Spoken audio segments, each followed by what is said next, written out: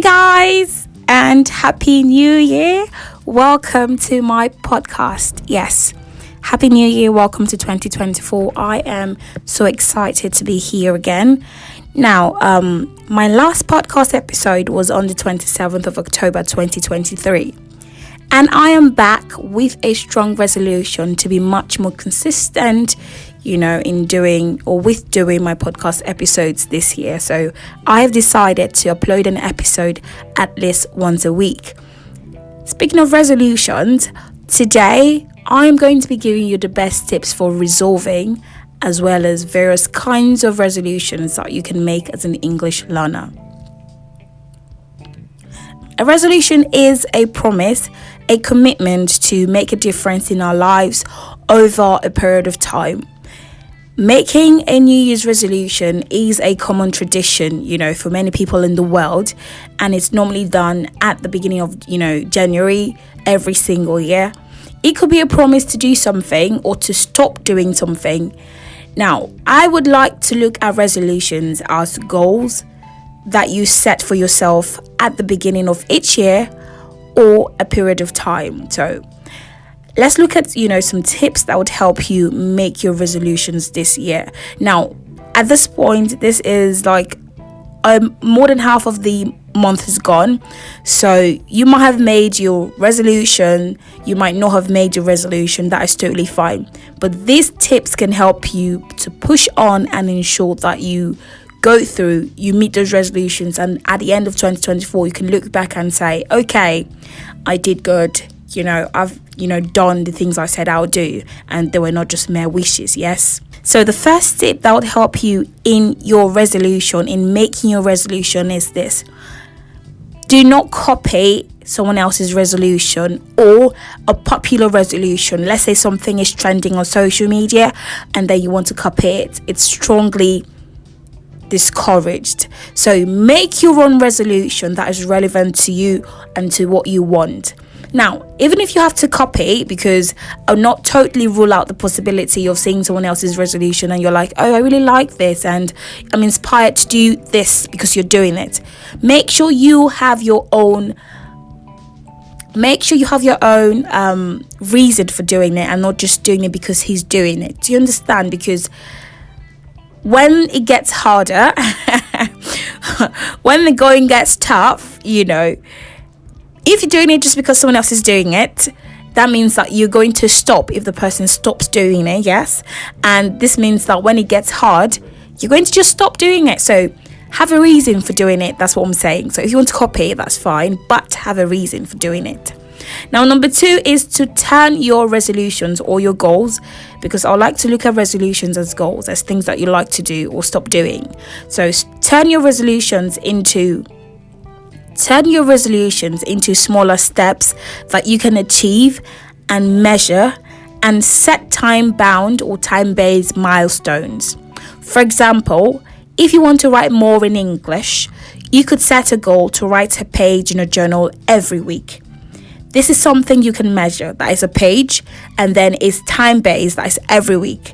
And also you would be able to measure the amount of pages you've written over 2 or 3 months. So if you write a page every week, that is 4 pages in a month, and that is 8 pages in 2 months, or 12 pages in 3 months. So you'll be able to measure it. Just say, oh, I want to write more this year.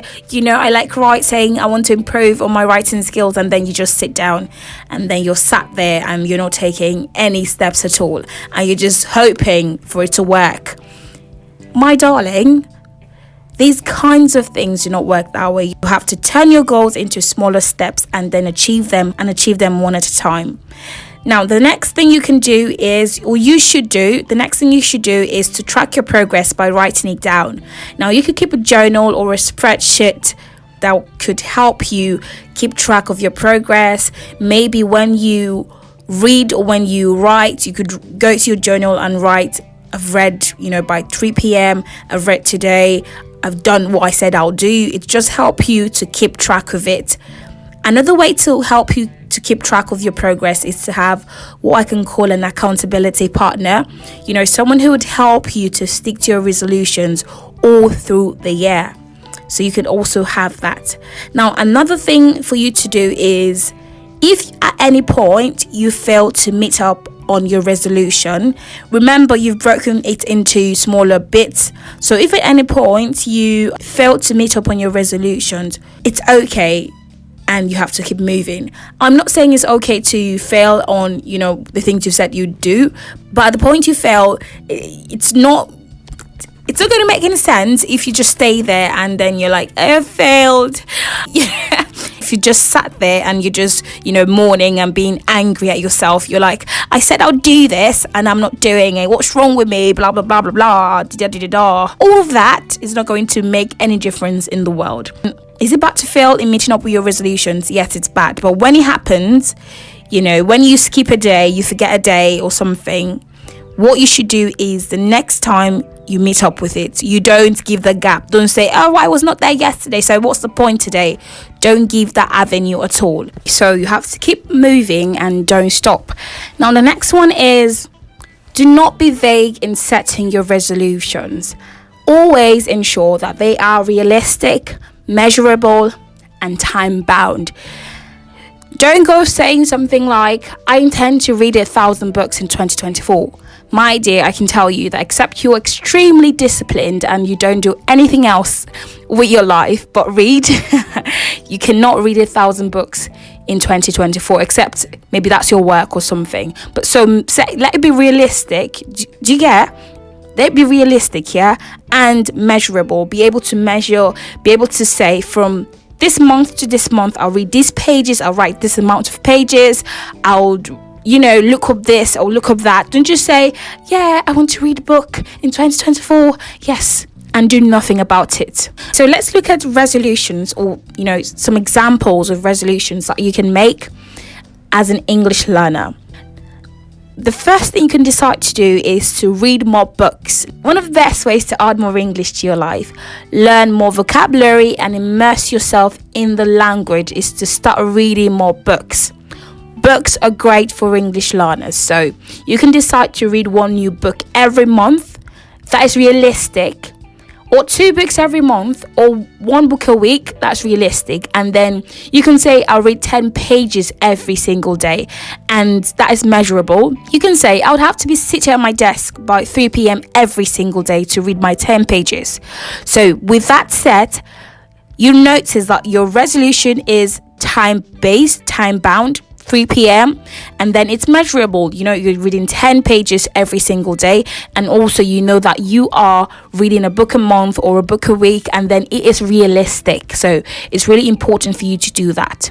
The next resolution you can decide to make is to start an English journal. Now, journaling is really an interesting adventure.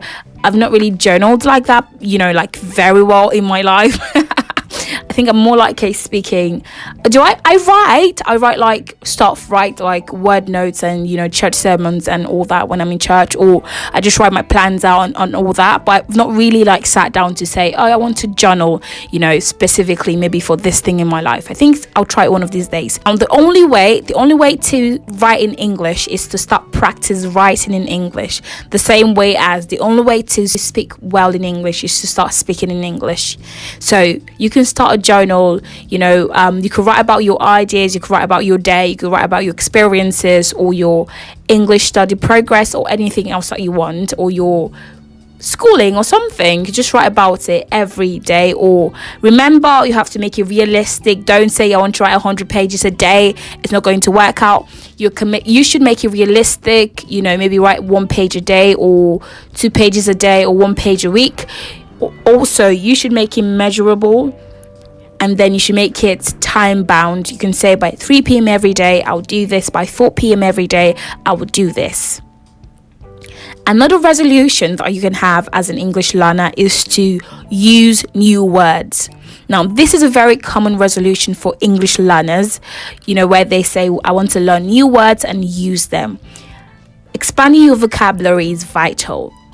So how can you learn new words?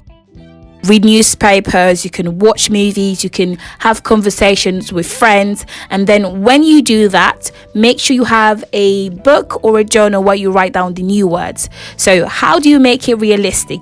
You can say, every single day I'm going to learn 2 new words or 1 new word. I think 1 is best because you just focus on that particular word, right? So every single day I'm going to learn 1 new word, or every single week I'm going to learn 10 new words and use them in my conversation. So make it realistic, make it time bound, and make it measurable. Another resolution that you can make as an English learner is to say, I am going to do something in English every day for 10 minutes. You can say, every single day, I'm going to take out 10 minutes to do something in English. And then some of the best ways, you could read a newspaper, you could call up a friend and have a conversation. You can use an English recipe to cook dinner. You have to be careful with that one, because if you're not too good in reading in English and that you want to use an English recipe to cook dinner, please ensure you have maybe your own languages dictionary there, so that you don't see oatmeal and then you think it's mushrooms and everything gets mixed up. Okay, so you could use an English recipe to cook dinner. You could play a game or a puzzle in English. You could also write in English, but the key is 10 minutes every single day. You do that thing 10 minutes every day. Commitment is key, and you have to stick to 10 minutes every day. You could have it, you could say 8 to 8:10 every day. You could say 10:30 to 10:40 every single day. I will read this newspaper, I would watch this clip, I would listen to BBC radio, I'll do this, I'll do that. 10 minutes every single day to help you. Now, the bottom line is this: without taking any action on your resolutions, you're just merely wishing on the stars. Yeah, there's a song like that. Yeah. So you're just like merely wishing on the stars, and you're just making mere wishes. What you have to do is ensure that you take the right steps to ensure that you meet your resolutions. Now, the craze for the New Year's is, many times is so loud. People are really excited, I made it, and which is good and fine. But then don't forget that 31st and the 1st of the new year is just 1 day apart. And whatever is going to happen in the new year is hugely dependent on the actions you take and the things that you do and the discipline you have and the decisions that you make to make things work out. So I'm going to leave you with this. You have to decide to be committed to your goals, whether as an English learner or as a worker or as a student or anything you do for a living or whatever you love doing. So take those steps, take those actions, and whether or not 2024 turns out to be a good year for you depends on you. I know there are life factors and all, but then play your part and then leave the rest to God. Thank you so much for listening to my podcast. Don't forget to follow me on Spotify and Apple Podcasts. Ensure also that you share my podcast with your friends and your family and English learners like you who you think would benefit from my podcast. And as I said earlier, I'm really committed to uploading 1 podcast episode every single week, for your listening pleasure and for your learning pleasure and for your learning. So thank you so much and Happy New Year. Have a nice day. It's bye from me for now.